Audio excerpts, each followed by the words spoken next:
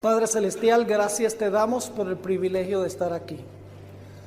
Qué gran oportunidad tenemos de reunirnos como juventud para estudiar juntos, para orar juntos, cantar juntos, disfrutar de la amistad cristiana y recibir energía de las experiencias unos de los otros.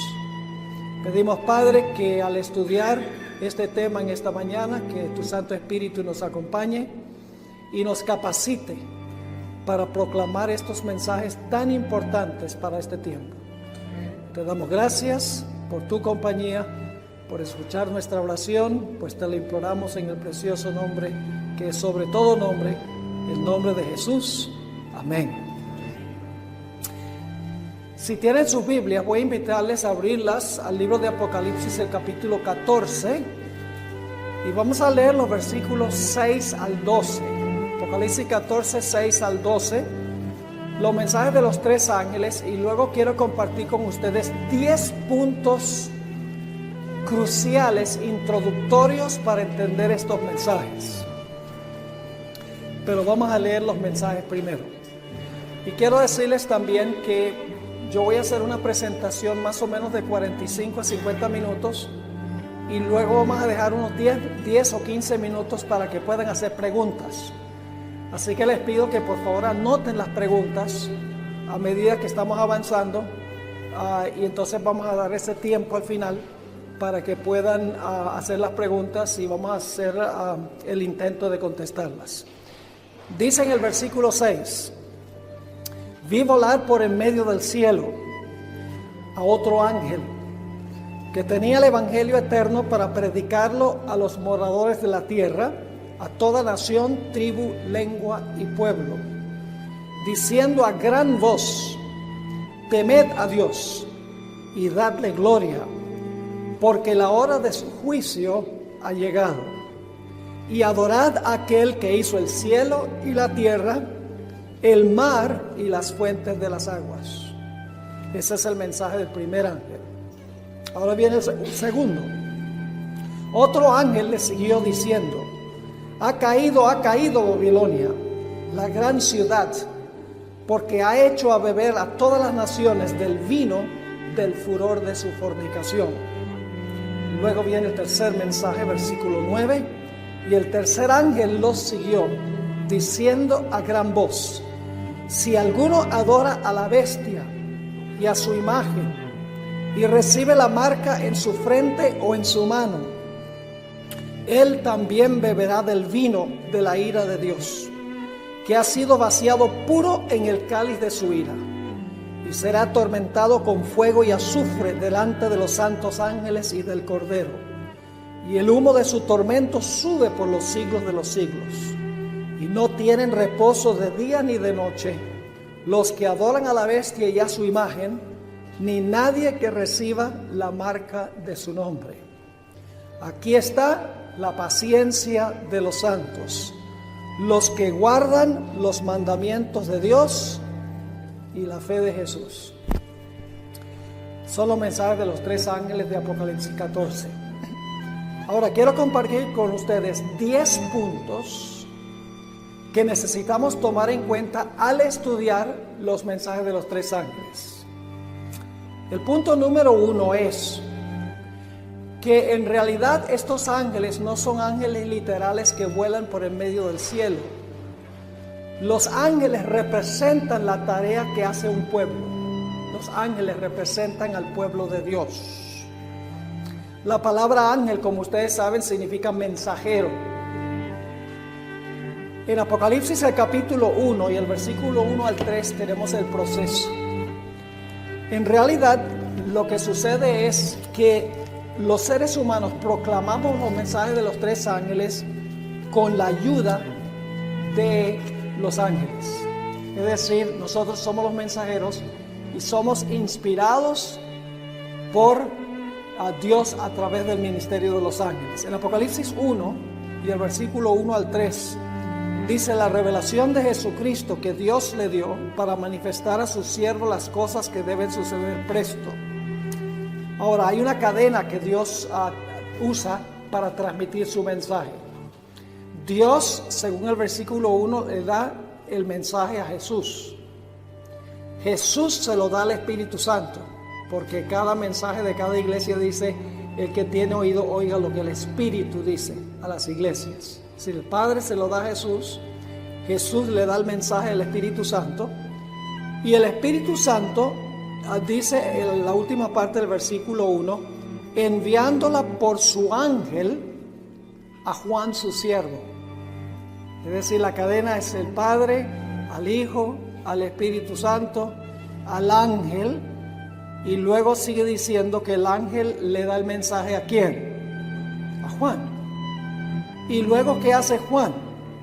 En el versículo 4 dice: Juan a las 7 iglesias que están en Asia. Es decir, Juan manda el mensaje a la iglesia. Y luego, ¿qué debe hacer la iglesia? La iglesia debe tomar el mensaje que les mandó Juan y transmitirlo al mundo. Es decir, los ángeles ayudan al pueblo de Dios a proclamar el mensaje al mundo. Así que Dios tiene una cadena por el medio de la cual transmite el mensaje. El Padre se lo da a Jesús, Jesús se lo da al Espíritu Santo, el Espíritu Santo se lo da al ángel, el ángel se lo da a Juan, Juan lo manda a la iglesia, y luego la iglesia tiene la tarea de proclamar el mensaje al mundo. Esos son lo que representan los 3 ángeles. No son 3 ángeles literales, sino que representan la obra de los ángeles ayudando al pueblo de Dios a proclamar el mensaje. Es más, en Apocalipsis 1 dice claramente lo que representan los ángeles. Dice en el versículo 20, el misterio de las 7 estrellas que has visto en mi diestra y los 7 candeleros de oro. Las 7 estrellas son los ángeles de las 7 iglesias, y las estrellas, según el Espíritu de Profecía, representan los ministros de la iglesia, a quienes Dios les ha encomendado la tarea de adiestrar a la iglesia para proclamar los mensajes de los 3 ángeles. Ahora, es interesante notar que, por ejemplo, en el libro de Hechos de los Apóstoles, los ángeles ayudaron a proclamar el mensaje. ¿Recuerdan la experiencia de Cornelio?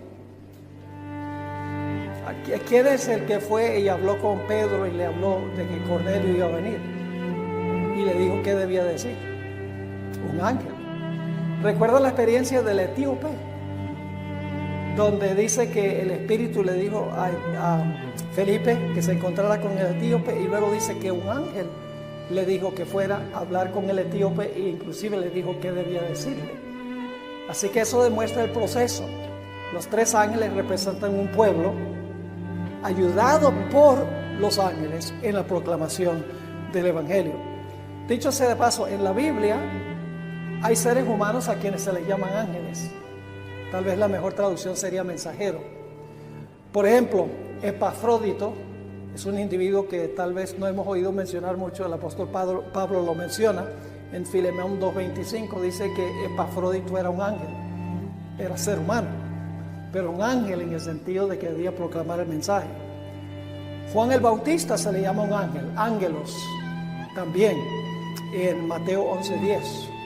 Los mensajeros que fueron enviados a Juan el Bautista, la palabra mensajeros es la palabra angeloi, es decir, ángeles. En la Biblia también se menciona que el apóstol Pablo era un ángel o un mensajero. Y Esteban, en Hechos 6 y el versículo 15, dice que le brillaba el rostro como el rostro de un ángel. Es decir, que el primer punto que necesitamos tomar en cuenta es que los mensajes de los 3 ángeles no son 3 ángeles que vuelan en medio del cielo literalmente. Los 3 ángeles representan el pueblo de Dios ayudado por los ángeles para proclamar estos mensajes. Ahora, el segundo punto que quiero que notemos es que dice, si van conmigo, Apocalipsis 14 nuevamente, un detalle muy importante aquí. Apocalipsis 14, y voy a leer el versículo 6. Dice, y vi otro ángel volar por el medio de ¿dónde? Por el medio del cielo. Esto quiere decir que es un mensaje de origen ¿qué? De origen celestial. No solamente mensaje de origen celestial, sino que la Biblia enfatiza la velocidad a la cual con la cual los ángeles vuelan.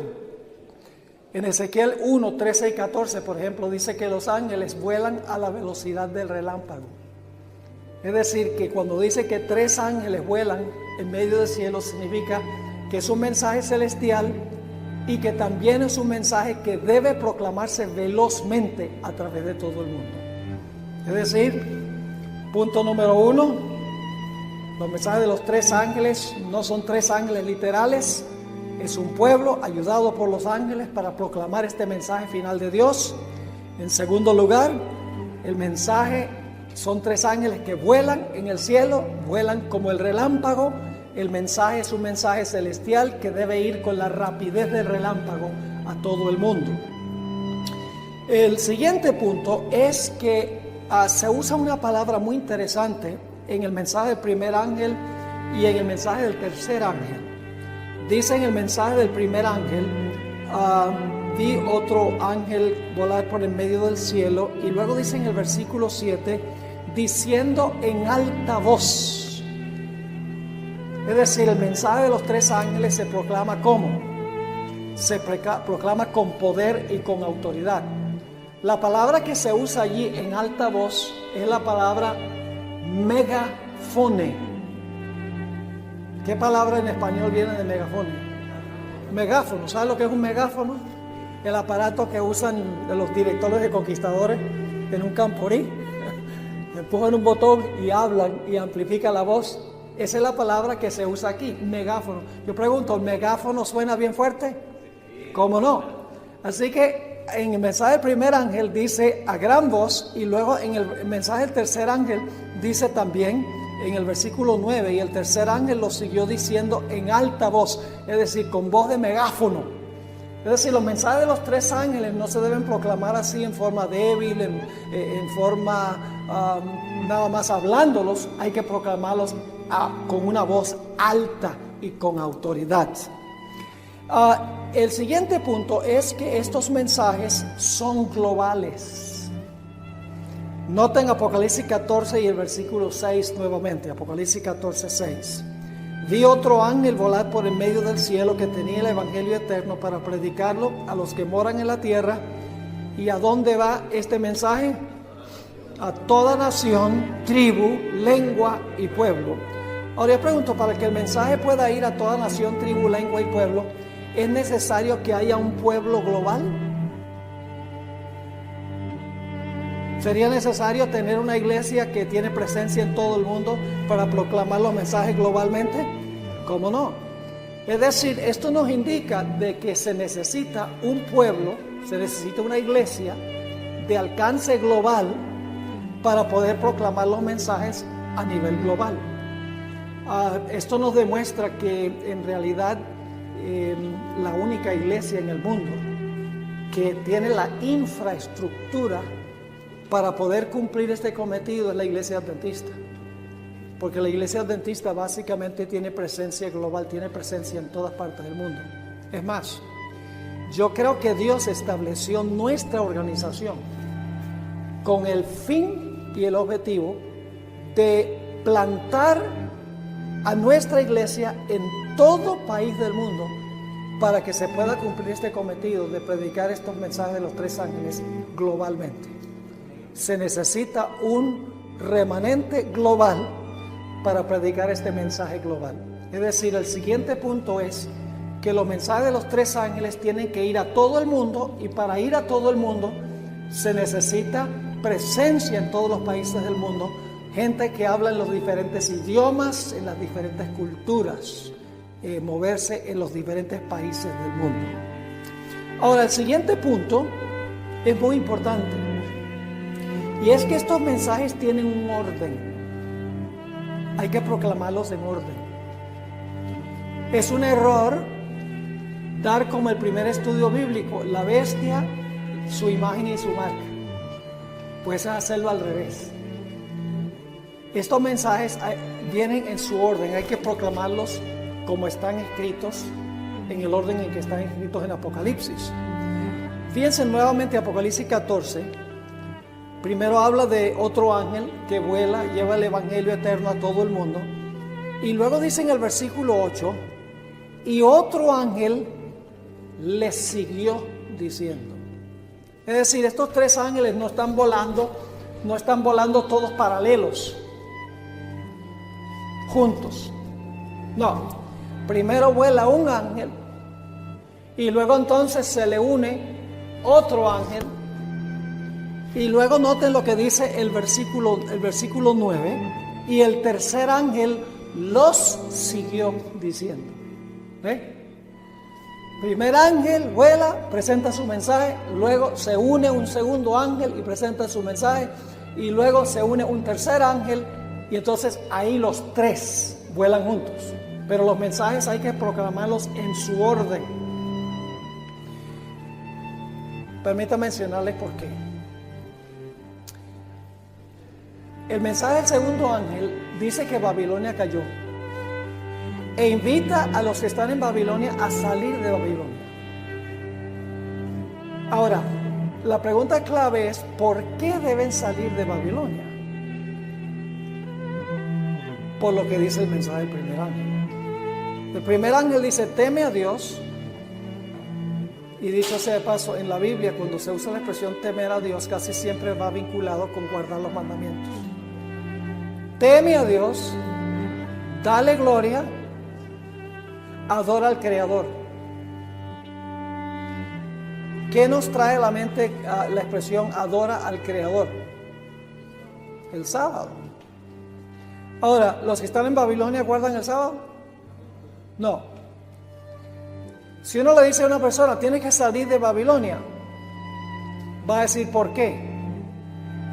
Y nosotros le vamos a decir, porque el mensaje del primer ángel dice que debemos adorar al Creador, y donde tú estás se guarda el domingo. Yo le pregunto, ¿es primero importante presentar el sábado en el mensaje del primer ángel para que la gente entonces diga, yo estoy en una iglesia donde no se obedece eso, yo tengo que salir? ¿Están entendiendo lo que estoy diciendo? Es decir, el mensaje del primer ángel le dice a la gente, teme a Dios, que significa guarda sus mandamientos. Dale gloria, que significa reflejar el carácter. Eso vamos a hablar en otra sesión. Estamos en la hora del juicio, que ninguna otra iglesia enseña eso. Solamente la iglesia adventista enseña que el juicio es antes de la segunda venida. Y adora al Creador. Una vez que la gente entiende eso, ellos dicen, donde yo estoy no se hace nada de eso. Y entonces están listos para el segundo. Si en tu iglesia no están haciendo eso, entonces tú tienes que ¿qué? Tienes que salir de ahí y unirte a un pueblo que sí cumple eso. Y luego el tercer mensaje dice, si no sales, vas a terminar adorando a la bestia, su imagen, y recibiendo la marca, y te vas a perder. ¿Me están entendiendo lo que estoy diciendo? La secuencia. No llaman a la gente a salir de Babilonia sin que sepan por qué. Sencillamente es porque no hacen caso al mensaje del primer ángel. Y si no hacen caso al mensaje del primero y el segundo, entonces el tercer mensaje dice que van a terminar adorando a la bestia y a su imagen y recibiendo la marca, y se van a perder. Es decir, este punto es que los mensajes de los tres ángeles hay que proclamarlos en su orden correcto. Primero el evangelio eterno, luego lo que significa temer a Dios, darle gloria a Dios, la hora de su juicio ha llegado, adora al Creador. Y entonces la gente dice, en mi iglesia no se hace nada de eso, así que yo estoy en el lugar equivocado. Y ahí ya se les puede decir, estás en el lugar equivocado porque Babilonia cayó, tienes que salir de ahí. Y luego, si no sales de ahí, entonces el mensaje del tercer ángel dice que tú vas a terminar adorando a la bestia, su imagen, y recibiendo la marca. Ahora, el siguiente punto es que los mensajes de los tres ángeles son el último mensaje de Dios al mundo antes de cerrarse la puerta de la gracia. Este es el último mensaje de Dios al mundo antes de cerrarse la puerta de la gracia, antes de la segunda venida. Y la gente se pregunta, ¿cómo sabe que este es el último mensaje de Dios al mundo? Es muy sencillo. Inmediatamente después que termina el mensaje del tercer ángel, se ve a Jesús sentado en una nube con una hoz aguda en su mano, y va a cosechar la tierra. ¿Por qué va a cosechar la tierra? Porque la mies está ¿qué? Madura. Y las uvas también están maduras. Es decir, todos los seres humanos han tomado su decisión de estar entre la mies, que representa a los justos, o de estar entre las uvas, que representa a los impíos, que son echados en el lagar de la ira de Dios. Es decir, los mensajes de los tres ángeles se proclaman, y luego entonces Jesús, sentado en una nube, va a cegar la tierra. Es decir, los mensajes de los tres ángeles vienen inmediatamente antes de que el Señor Jesucristo coseche la tierra, inmediatamente antes de la segunda venida de Jesús. Por eso sabemos que los mensajes de los tres ángeles son el último mensaje de Dios al mundo, porque apenas termina el tercero, se ve a Cristo viniendo en una nube para cosechar la tierra. Esa es su venida. El siguiente punto que quiero mencionar es que el Evangelio eterno afecta nuestra conducta. El Evangelio eterno afecta nuestra conducta. El mensaje del primer ángel comienza diciendo que hay que predicar el Evangelio eterno. Ahora, ¿qué es el Evangelio eterno? Bueno, es eterno porque existió desde los siglos de la eternidad, antes que entrara el pecado. Y después que termine el pecado, nosotros seguiremos estudiando el misterio del plan de la salvación por la eternidad futura. Por eso es el Evangelio eterno. Pero ¿qué es el Evangelio? El Evangelio es que el Señor Jesucristo vivió una vida perfecta para ofrecerle a la ley lo que nosotros no podemos ofrecerle. Y entonces Jesús murió cargando los pecados de los seres humanos. Vivió por nosotros y murió por nosotros.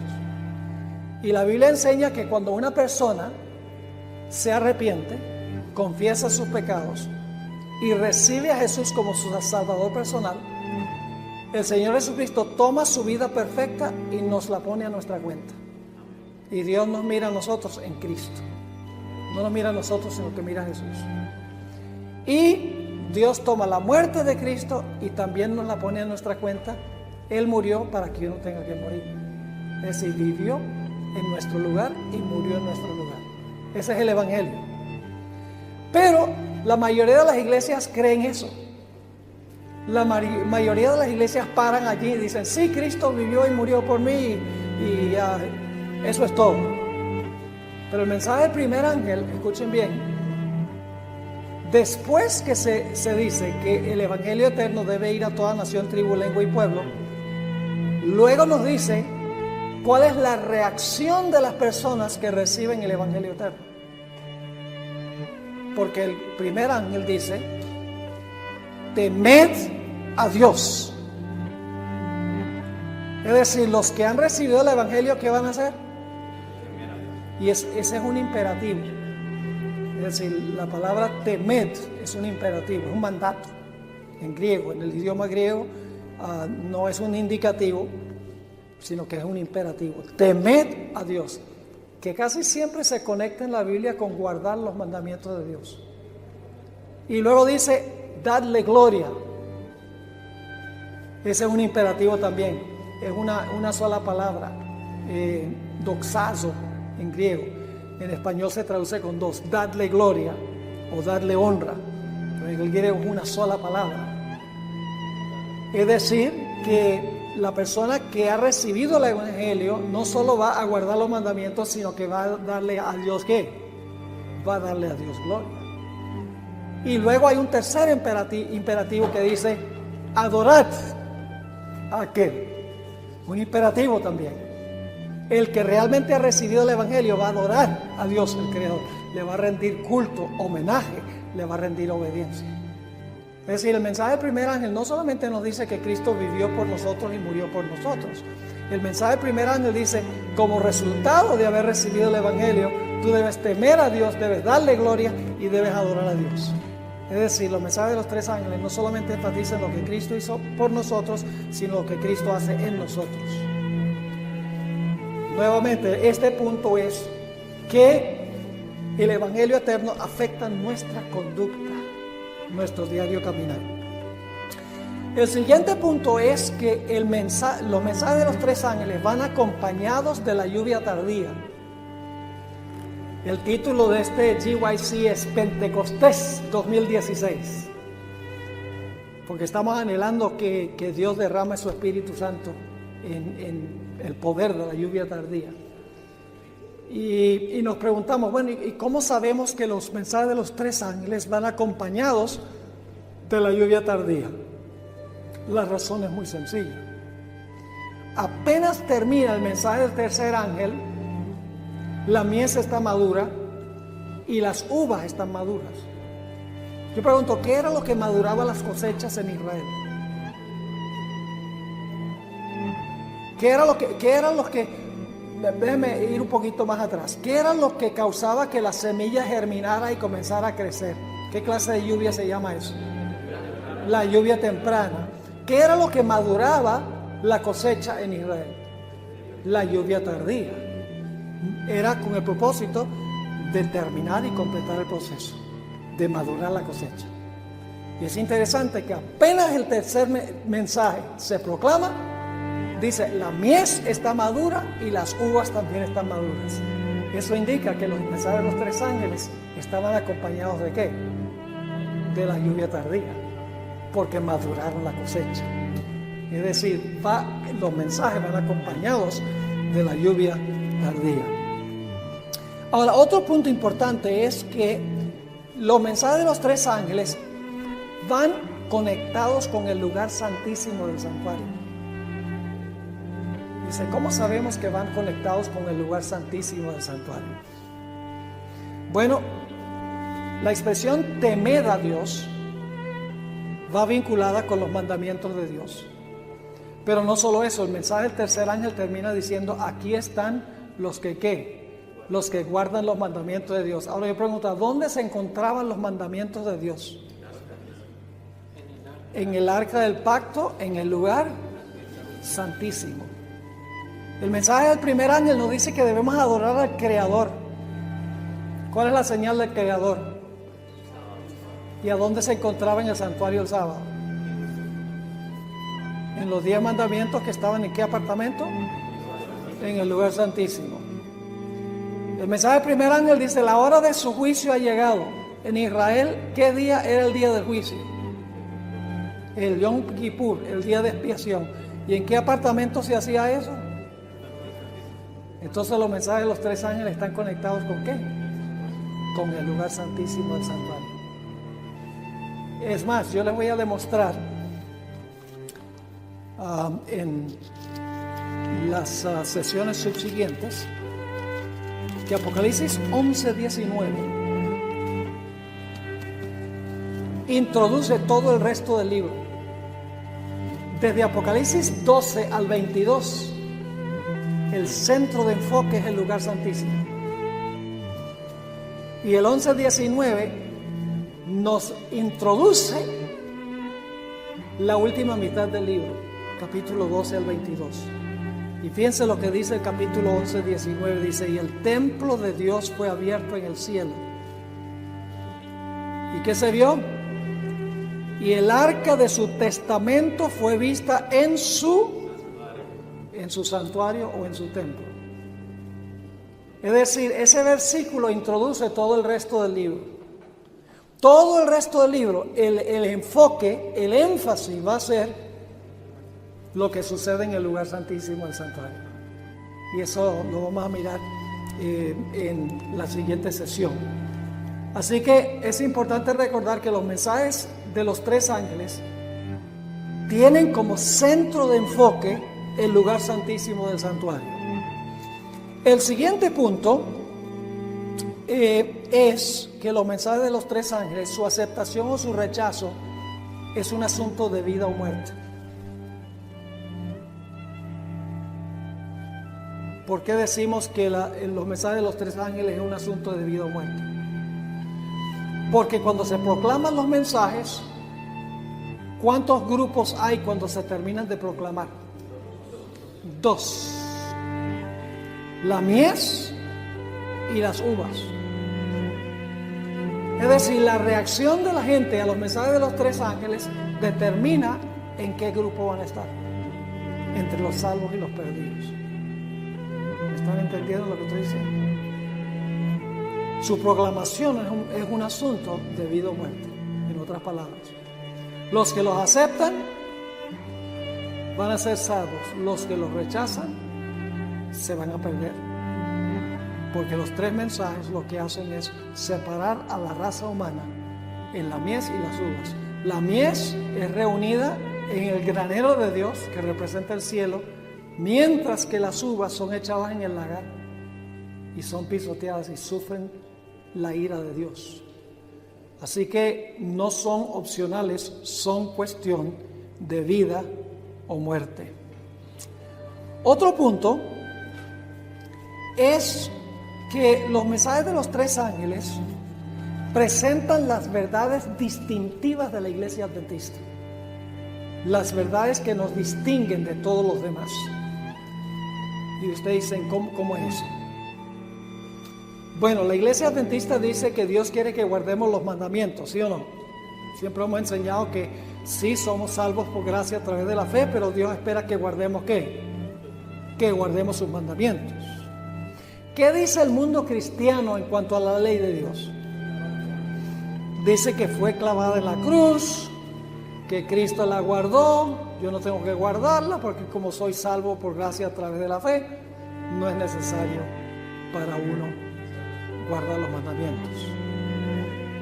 Yo pregunto entonces, ¿el asunto de los 10 mandamientos es una verdad distintiva de la iglesia adventista? ¿Cómo no? ¿Qué diríamos del sábado? ¿El mensaje del primer ángel nos llama a guardar el sábado? Sí, ¿adorar a quién? Al Creador. ¿Qué dice el mundo cristiano del sábado? Dice, no, el sábado, eso era para los judíos. Eso guardar el sábado, eso es legalismo. Entonces el sábado, una verdad distintiva de la iglesia adventista, está centrada ¿dónde? Está centrada en los mensajes de los tres ángeles. La expresión adorar, o sea, no adorar, sino glorificar al Creador, darle gloria. ¿Sabe que esa es la misma expresión que usa el apóstol Pablo, donde dice glorificad a Dios con vuestro cuerpo y vuestro espíritu, los cuales son de Dios? Si pues coméis o bebéis o hacer otra cosa, hacer todo para gloria de Dios. ¿Saben que esa expresión gloria de Dios es la misma expresión de Apocalipsis 14, darle gloria? ¿Qué dice el mundo cristiano en cuanto a la necesidad de cuidar la salud? Generalmente, ¿qué dice, por ejemplo, en cuanto al asunto de comer carne de puerco? Lo que Dios declaró limpio, no lo declares tú inmundo. La oración santifica todo, inclusive la chuleta de cochino. Eso es lo que dice el mundo cristiano. Pero el mensaje del primer ángel nos dice que debemos glorificar a Dios, que no significa solo glorificarlo con nuestro carácter, sino que significa glorificarlo con nuestro cuerpo físico, cuidando nuestra salud. Pero el mundo cristiano dice no. Ahora, ¿qué dice el mundo cristiano en cuanto al juicio? Para el mundo cristiano, ¿cuándo es el juicio? Cuando Jesús venga. Como dice el credo, vendrá a juzgar a los vivos y a los muertos. Pero ese no es el concepto bíblico del juicio. La Biblia enseña, y esto lo vamos a estudiar en nuestra próxima sección, la Biblia enseña que el juicio comenzó en 1844 y está transpirando ahora. El juicio se realiza antes de que se cierre la puerta de la gracia. Esa doctrina es única de la iglesia adventista del séptimo día. No la tiene ninguna otra iglesia.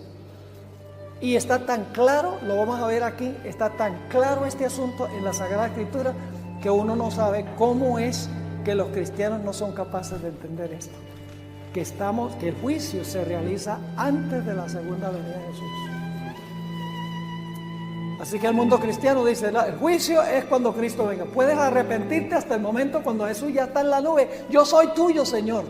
Y en ese momento ya puedes estar en el lado de Dios. No, la Biblia dice que la puerta se va a cerrar antes de que Cristo venga. Y luego después viene un tiempo de angustia terrible.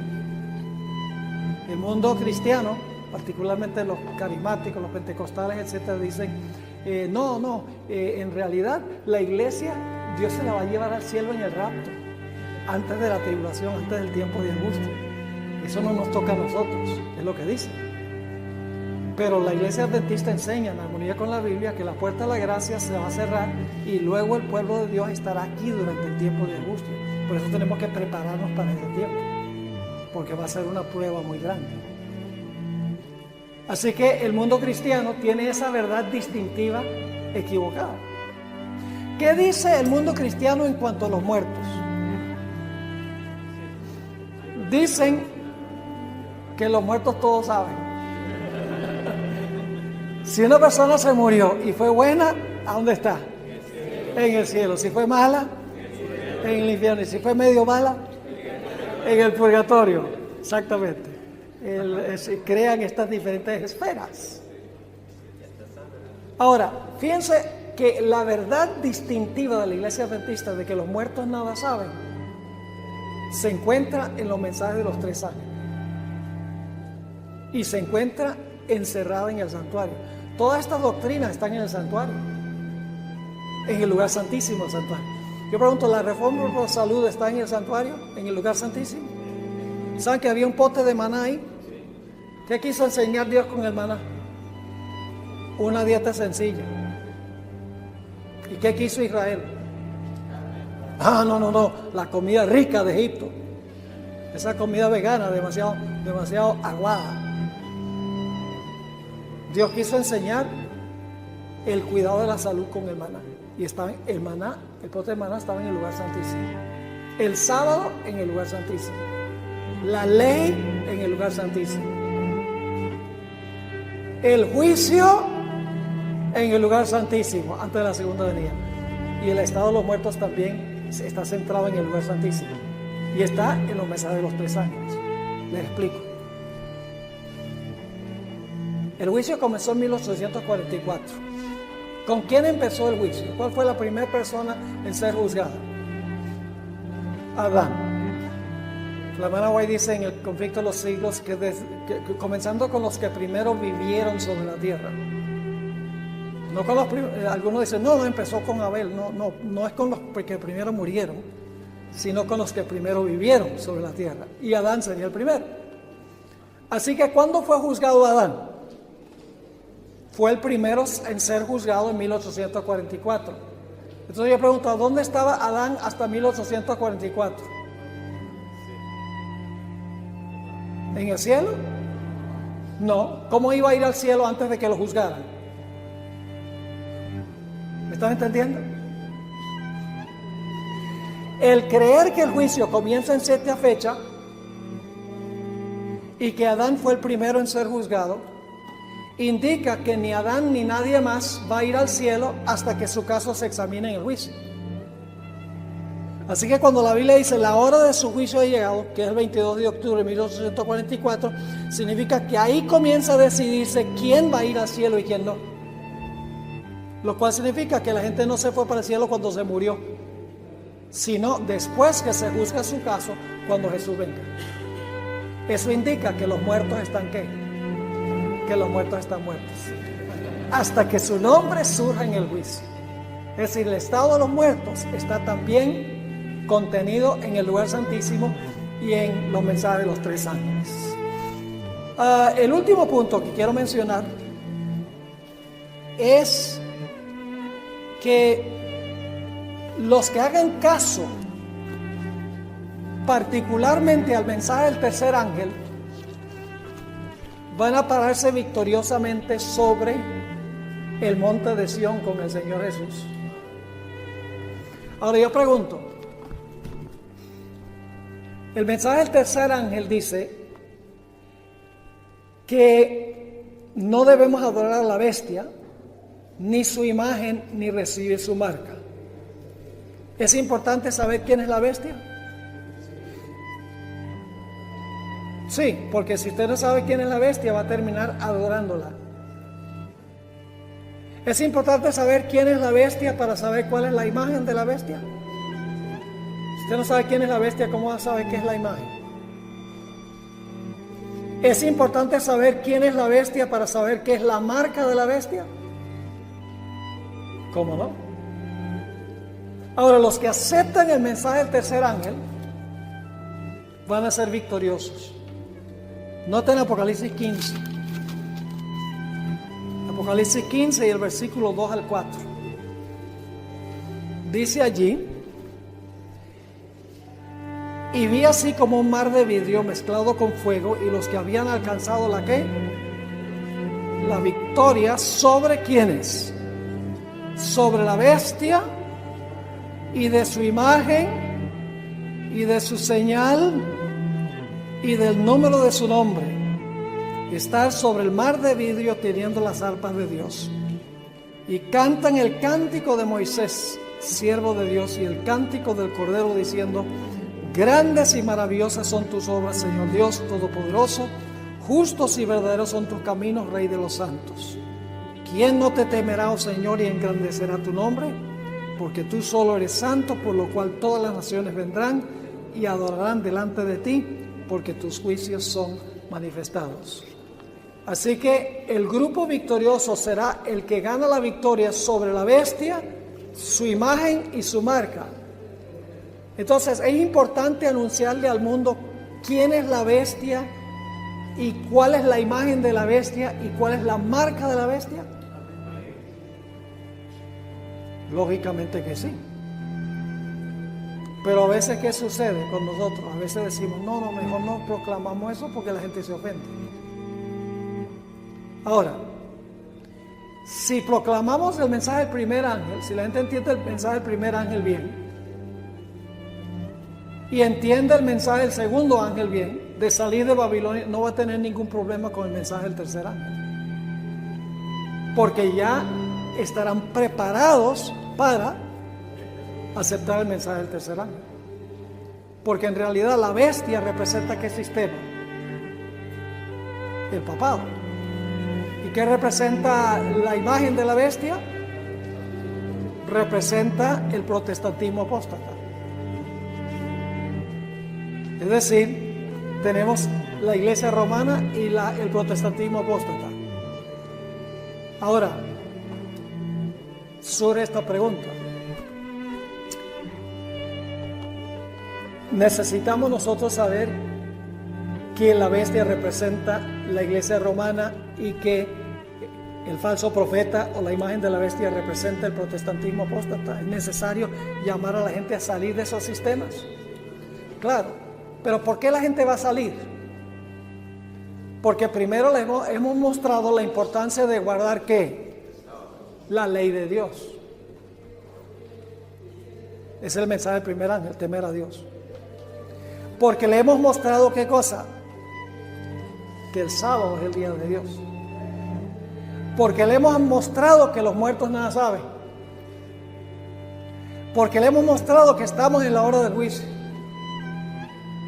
Porque le hemos mostrado que hay que glorificar a Dios con nuestra salud. Porque nuestro cuerpo y nuestro espíritu pertenece a Dios. Entonces, cuando ellos escuchan el mensaje del primer ángel conectado con el lugar santísimo, ellos dicen: a donde yo estoy no se hace nada de eso. No se cree nada de eso. Yo estoy en el lugar equivocado. Y entonces están listos para aceptar el segundo mensaje. Y el segundo mensaje, ¿qué cosa? Babilonia cayó, porque no acepta nada de esto. Y por lo tanto yo no me voy a quedar ahí, yo me voy a salir. Y el tercer mensaje dice: si tú entendiste el mensaje del primer ángel y no saliste cuando llamó el segundo ángel, estás en peligro finalmente de adorar a la bestia, de adorar su imagen y de recibir su marca. Y si haces eso, el resultado será la perdición eterna. La hermana White nos ha dicho, antes de darle unos minuticos aquí para hacer preguntas, la hermana White nos ha dicho que la iglesia adventista del séptimo día existe con un solo propósito, y es proclamar los mensajes de los tres ángeles. Ella dice que no debemos permitir que nada, ninguna otra cosa absorba nuestra atención. Esa es nuestra misión y ese es nuestro mensaje. si nosotros no proclamamos los mensajes de los tres ángeles, nosotros no tenemos razón de existir. Y yo sé que esa es una declaración audaz. Pero lo que nos distingue de todo el mundo cristiano son esos tres mensajes. Ahora yo quiero preguntarles, ¿conocen ustedes alguna otra iglesia que dice que su mensaje y su misión es proclamar los mensajes de los tres ángeles al mundo? Los presbiterianos toman eso como su mensaje y su misión. Los metodistas, los luteranos, los testigos de Jehová, los mormones, los hindúes, los budistas, hablando de sectas no cristianas, los musulmanes. ¿Ustedes conocen alguna otra iglesia que dice que la razón de su existencia es proclamar los mensajes de los tres ángeles? Yo no conozco ninguno. Eso a mí me indica que esta es la iglesia remanente del Señor. Porque Apocalipsis dice que apenas se proclama el tercero, el mundo está maduro. Ha sido dividido en dos grupos. Y eso es precisamente lo que está pasando en estos últimos días. La gente está tomando sus decisiones. ¿Les quedó claro lo que estudiamos? Muy importante lo que hemos estudiado. Ahora vamos a darle unos minutos, tenemos como 10 minutos, para que puedan hacer algunas preguntas si tienen. Si no tienen preguntas, pues entonces les voy a dar tiempo libre. Sí. Pastor, usted dijo que el mensaje del tercer ángel va acompañado del derramamiento de la lluvia tardía. Correcto.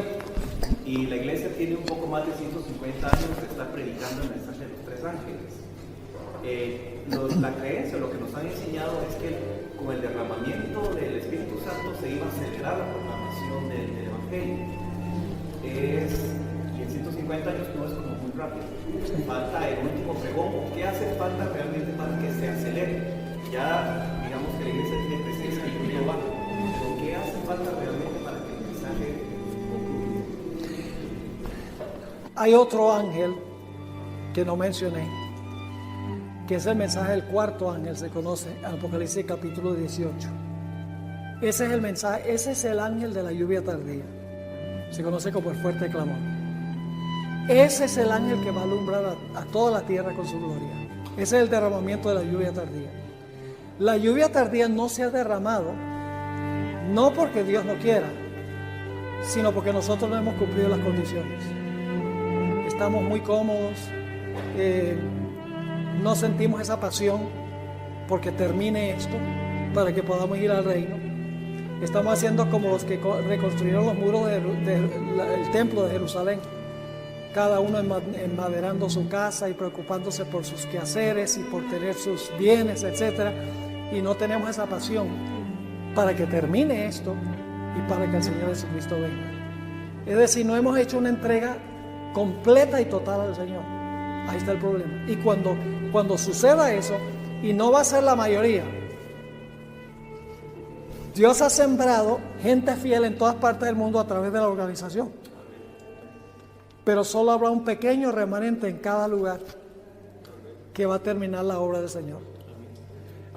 Tristemente, porque Dios quisiera, mire, si toda la iglesia adventista hoy en día hiciera lo que debemos estar haciendo, ya estaríamos en el reino. Pero hace falta, es como por ejemplo cuando una batería de un automóvil se debilita, ¿qué necesita? Hay que ponerle cables para recargar la batería. Pues el mensaje del cuarto ángel es la recarga que se le da a la batería, porque nos hemos acomodado básicamente a la cultura y a las costumbres del mundo. Sí. ¿Contesta eso la pregunta? Sí, man. Tengo un aporte, algo que vi y una pregunta. Recuerdo otro mensaje suyo en donde usted menciona de que la progresión de Daniel 2 es de oriente a occidente. Uh-huh. Y me llamó la atención de que el mensaje de Apocalipsis 14 comienza tierra, nación, tribu, lengua y pueblo. En contraposición con Apocalipsis 13 está al revés: tribu, pueblo, lengua, nación, y en el verso 11, tierra. Es decir, lo que agrega el hecho de que el mensaje este mensaje tiene que ser proclamado primero en Estados Unidos, o sea, históricamente tiene que nacer en Estados Unidos. ¿Sucedió? Así sucedió, es decir, porque empieza en la tierra y luego va a toda nación, tribu, lengua y pueblo. Es decir, al revés de cómo comenzó el caso de Apocalipsis 13. Ahora, otra pregunta, la pregunta que tengo es, el juicio comenzó para nosotros, nuestra interpretación en 1844. Una vez alguien me preguntó, me hizo una pregunta bien curiosa y me dijo, ok, me dice, si el juicio empezó en 1844, me dice, porque la obra de la redención aún no estaba concluida. Exactamente, ¿verdad? Es lo que creemos, que la obra de la redención no se concluyó en el Calvario, es decir, no se terminó, faltaba la obra de expiación. Y entonces me preguntó, ¿y por qué Jesús dijo, consumado es en la cruz? Es una buena pregunta. ¿Oyeron la pregunta que él hizo? Para el mundo cristiano todo terminó en la cruz. Déjenme mencionar que la provisión de la salvación se completó en la cruz. Porque Cristo había vivido una vida sin pecado que yo puedo reclamar como mía. Y porque Jesús había muerto por los pecados de toda la raza humana, pagando la deuda de todos los seres humanos. Es decir, la vida perfecta y la muerte de Cristo son una provisión perfecta y completa para la salvación de cada ser humano que jamás haya vivido en la historia del planeta. Pero eso, cada individuo tiene que aceptarlo y recibirlo personalmente. A través del arrepentimiento, la confesión del pecado y reclamar a Cristo como Salvador personal. Es decir, que lo que fue Jesús a hacer al cielo, después que murió en la cruz, cuando ascendió al cielo para hacer una obra intercesora, es para representar a todas las personas que reclaman lo que Él hizo a través de su vida y su muerte.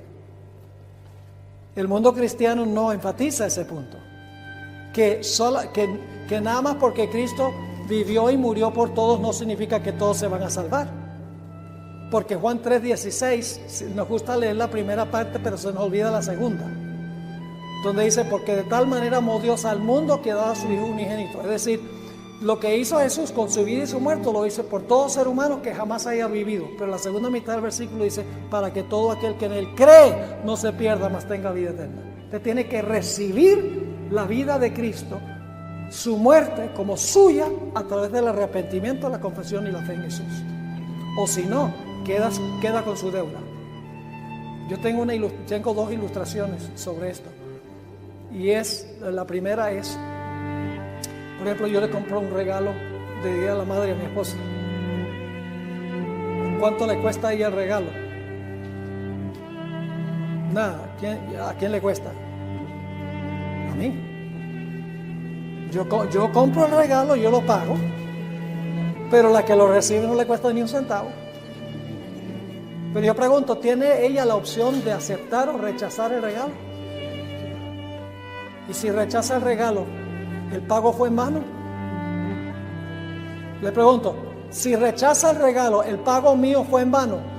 Sí, Señor, para ella sí, porque no lo recibió. Cristo, por su vida y su muerte, compró el regalo de la salvación, pero yo tengo que recibirlo, o si no, de nada me beneficia. Uso otra ilustración de lo que yo llamo el banco del universo. Es un banco que le pertenece a un multicuatrillonario. Tiene suficiente dinero en ese banco para pagar todas las deudas de todos los seres humanos que jamás hayan vivido en el planeta, y deudas de tarjetas de crédito, deudas educativas, deudas de automóvil, de la hipoteca, todo. Depositó suficiente dinero en ese banco para cancelar las deudas de todos los seres humanos. ¿Cuántos creen ustedes que irían a ese banco? Habría una cola que le daría vuelta varias veces al mundo. Sí, yo puedo ir a reclamar el capital ahí en el banco que depositó este individuo para pagar todas mis deudas, yo me pongo en cola.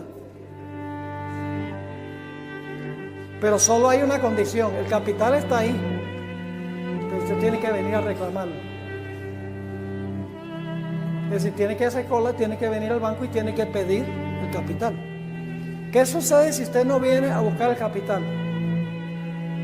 Queda endeudado, ¿verdad que sí? Habiendo provisión para pagar la deuda, queda endeudado. Cuando Jesús vivió y murió, Él depositó suficiente capital en el banco del cielo para salvar a todo ser humano que jamás haya vivido. Pero usted tiene que venir al banco a sacar la plata. Usted tiene que venir al banco para reclamar su vida y para reclamar su muerte como suya. Si no hace eso, a pesar de que todo el capital está ahí, queda endeudado por no reclamar el pago. ¿Me estoy explicando? Es decir, si la provisión de salvación fue completa, Cristo no tiene que vivir una vida perfecta otra vez en nuestro lugar porque ya lo hizo. No tiene que morir por nuestros pecados porque ya lo hizo. El capital está en el banco. Lo único que falta es descubrir quién va a reclamar el capital. Y en nuestro evangelismo el propósito es decirle a la gente, mira, el capital está allí, reclámalo, ven al banco. A través del arrepentimiento y la confesión del pecado y la fe en Jesús. Dile a Jesús, yo soy un miserable pecador, pero Señor, tú viviste una vida en mi lugar, moriste tu muerte en mi lugar, reclamo eso, Señor. Y Jesús toma su vida y su muerte y nos lo pone a nuestra cuenta y nos mira como si nunca hubiéramos pecado. Yo pregunto, ¿creen ustedes que por gratitud vamos a querer vivir por Él? Al ver lo que Él pagó, ¿creen que vamos a querer vivir para Él? Lógicamente. La vida santa es porque nosotros apreciamos que Jesús se haya vivido y haya muerto por nosotros. Es decir, la motivación es la gracia y el amor de Jesús para con nosotros.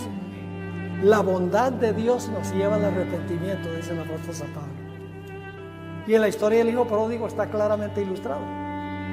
Cuando el hijo pródigo está inmiscuido en el pecado allá con las rameras, gastando el dinero del padre y todo, dice, ay, me acuerdo de cuán bueno era mi papá. La bondad del padre es lo que lo atrae y lo que lo lleva a arrepentirse. El arrepentimiento no es algo que yo hago. Dios da el arrepentimiento. En Hechos 5:31 dice, Dios da arrepentimiento. Porque cuando yo veo a Cristo en la cruz y veo que vivió una vida perfecta, yo digo, ay, miserable que soy yo, pero gracias, Señor Jesús. Y entonces yo no voy a querer seguir viviendo una vida que puso a Cristo en la cruz. ¿Me están entendiendo lo que estoy diciendo? Entonces son lo que las personas no entienden en realidad. Y fíjense, ¿saben cuál es el propósito del juicio? El propósito del juicio es determinar si nuestro arrepentimiento fue genuino o no. Yo pregunto, ¿todo arrepentimiento es genuino? ¿O hay gente que tiene lágrimas de cocodrilo? ¿Hay cristianos que tienen lágrimas de cocodrilo? Claro. Yo pregunto, ¿puede Dios revocar el perdón? Una vez que Dios perdona, ¿puede Dios revocar ese perdón? Sí, Señor. En el juicio se determina si el reclamo que usted hizo fue sincero o no, si usted se arrepintió en verdad o no. ¿Y sabe lo que demuestra si nuestro arrepentimiento es genuino o no? Nuestra vida. Por eso somos salvos por gracia a través de la fe, pero seremos juzgados por obras, porque las obras demuestran si la fe fue genuina o no. Es como un esposo que dice, ay, yo amo tanto a mi esposa y la golpea.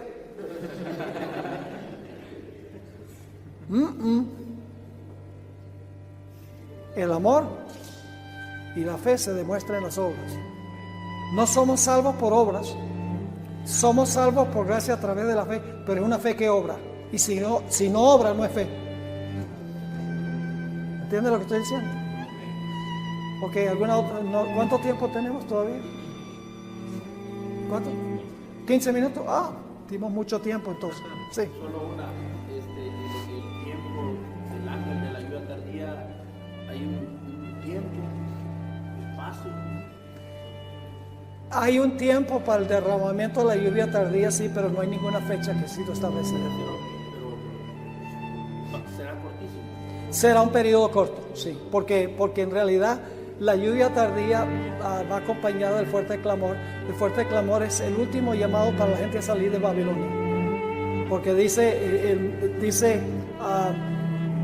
que desciende el ángel, toda la tierra es llena de su gloria, y entonces dice con voz potente: ha caído Babilonia, se ha convertido en guarida de demonios, habitación de toda sucia y aborrecible, etcétera, porque le ha dado a las naciones el vino del furor de su fornicación, que son sus falsas doctrinas, y luego se dice: salid de ella, pueblo mío. Y en ese momento la gente va a decidir si va a salir de Babilonia o no. El último llamado, el mensaje poderoso. Y en ese será un corto tiempo donde toda la gente del mundo va a decidir estar entre la mies o entre las uvas. Y cuando todos hayan decidido, la puerta de la gracia se va a cerrar. Y ese va a ser el enfoque, en realidad, el mayor enfoque de lo que vamos a estudiar aquí, de ahora en adelante, tiene que ver con lo que va a ocurrir cuando terminen de proclamarse los mensajes de los 3 ángeles. Vamos a estudiar algunas historias tremendas de la Escritura que ilustran la terminación de los mensajes de los 3 ángeles, el cierre de la gracia, el tiempo de angustia y la liberación final del pueblo de Dios. Allá atrás y luego entonces acá. Sí, hermano. Tengo una duda acerca de la fecha de Cristo. Explicaba que ¿qué pasó con si Adán fue el primer hombre? No, ¿qué pasó con Es una buena pregunta. No tengo una así dice Jehová sobre esto, pero dice en 2 Corintios 5, porque es menester que todos nosotros comparezcamos ante el gran tribunal de Cristo. Cuando llegue su turno, aunque fueron llevados al cielo antes, el jurado celestial va a poder contemplar sus vidas y se va a dar cuenta que en realidad recibieron a Cristo como Salvador y que merecen estar allá. Tienen que pasar por el juicio. Lo que pasa es que fueron llevados preliminarmente allá. Y cuando resucitó Moisés, cuando vino Miguel y tuvo la batalla con el diablo, la batalla era que Satanás decía: mire, Moisés golpeó la roca 2 veces, te desobedeció, y la paga del pecado es muerte, es mío. Y Miguel le dijo: sí, pero se arrepintió de su pecado y pidió perdón, y yo lo perdoné por la sangre. Y dice el diablo: ¿cuál sangre? Si tú no has muerto todavía. Y Jesús le dice: sí, pero voy a morir. Es decir, Cristo llevó a Moisés al cielo basado en la promesa de su muerte, y por eso el juicio será en su turno, se examinará y Dios demostrará que fue justo en llevárselos. Acá Es muy parecida a esta pregunta porque el juicio de preadvenimiento creemos que empezó a partir de los muertos, ¿verdad? A partir de Adán. Entonces mi pregunta era: ¿cómo Adán, como todos los demás, lo que Pablo dice, todos compadecerán ante el tribunal de Cristo? ¿Cómo ellos compadecieron ante el tribunal de Cristo si estaban ya muertos? es una excelente pregunta. Yo tengo una presentación completa sobre eso. Ustedes pueden conseguir en YouTube. Todo lo que nosotros hacemos lo ponemos en YouTube para que la gente lo pueda ver y lo pueda bajar. El propósito es extender el mensaje. La pregunta que él hace es muy importante. ¿Cómo pudo Adán comparecer de primero en 1844 si estaba muerto, enterrado y desintegrado? La respuesta es muy sencilla, y es que Adán no compareció personalmente, sino que apareció a través de su DVD. Porque durante nuestra vida Dios está haciendo una copia exacta de nuestra vida en los registros celestiales. Ahora, debo decirles que en la época bíblica se hablaba de libros, porque ahí se llevan registros. La hermana White, en el tiempo de la hermana White, recién estaba comenzando la fotografía. Dice: nuestras vidas están siendo fotografiadas en el cielo. Yo creo que si hoy se levantara un profeta, diría: nuestras vidas están siendo computarizadas en el cielo. Y la computadora nos ayuda mucho a entender el asunto del juicio. porque en realidad lo que sucede es que Dios está fotografiando nuestra vida, básicamente. Está haciendo un DVD de toda nuestra vida por dentro y por fuera, cada palabra, cada acción, cada motivo, cada pensamiento, cada sentimiento. Es decir, Dios tiene otro Esteban Bor en los registros celestiales. No está vivo allá ni nada, sino que es un registro, es una película, por así decirlo. Ahora, ¿qué sucede en el juicio? Tomemos el caso de Adán. El 22 de octubre de 1844, dice el Señor Jesús, ¿quién está de primero? ¿Quién hay que juzgar primero? Y entonces el libro de la vida tiene el orden en que la gente aceptó a Jesús como Salvador. Y entonces dice un ángel, Adán, preséntese ante el tribunal de Cristo. Y viene un ángel volando y trae el DVD de Adán. Se coloca en el DVD player con la pantalla grande y todo el jurado celestial mira la vida de Adán. En cierto sentido, Adán está presentándose vivo porque la película fue hecha mientras estuvo vivo. ¿Me están entendiendo? Él no está ya vivo, está muerto y enterrado hasta la resurrección. Pero como la película fue hecha mientras estaba vivo, en cierto sentido se está juzgando vivo, porque el registro es de cuando él estuvo vivo. ¿Me están entendiendo?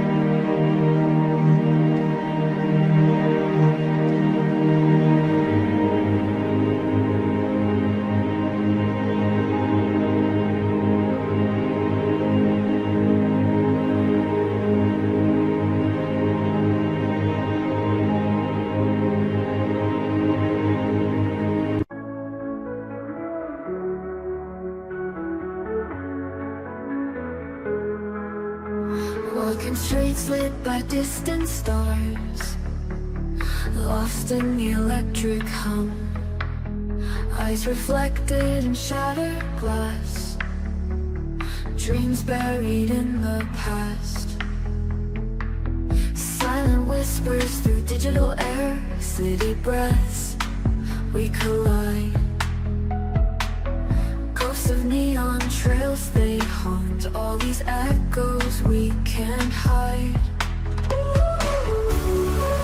We dance in synthetic lights, shadows of forgotten nights. We chase our endless tides, through neon dreams we glide. Fading footprints in the snow, hollows unwind, lost within our mind. All we feel is a light in the endless night. Secrets whisper true, a world of endless blue, waking hand in hand, a love we understand. Lost within our mind, a love we leave behind, a promise in the night, bathed in silver light.